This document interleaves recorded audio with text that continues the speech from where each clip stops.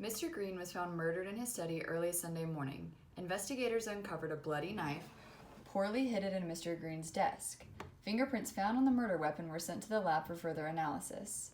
4 suspects, Miss Peacock, Miss White, Professor Plum, and Miss Scarlett, were all seen leaving the property the night of the incident. Upon questioning, investigators discovered that there was an altercation between Mr. Green and Mrs. White. That night, Mrs. White confessed to having an affair and alluded that Miss Peacock may not in fact be Mr. Green's daughter. Investigators ordered a paternity test amongst the group to conclude who Miss Peacock's biological father is. The paternity test displays one locus exhibiting 2 alleles, where one allele was received from the mother and the other allele from the father. Each allele is based on a specific number of repeats, represented by the purple boxes. Each square represents a repeated sequence of DNA, in this case 10 bases long. As you can see, Miss Peacock has 40 bases at one allele and 20 at the other. Her mother, Mrs. White, has an allele at both 30 and 40. This indicates that 40 must be the maternal allele. Because 40 came from the mother, Mr. Green cannot contribute the same allele. 10 does not align with any of Mrs. Peacock's alleles, therefore Mr. Green is not the father. Interestingly enough, Professor Plum has the paternal 20 allele that matches Mrs. Peacock's, deeming him the biological father. With a possible motive, investigators compared the DNA of all 4 suspects to the fingerprints found on the murder weapon. The DNA was amplified for 2 different loci. The suspect must be an exact match at all loci to be further considered as a suspect, otherwise they may be excluded from further investigation.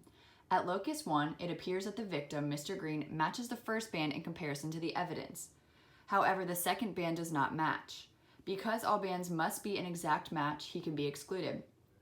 Next, we can see that Mrs. White matches band number 2, but not at band number 1. Therefore, she can be excluded as a suspect. Professor Plum appears to be an exact match at band 1 and band 2, as does Miss Peacock. They will be held for further investigation.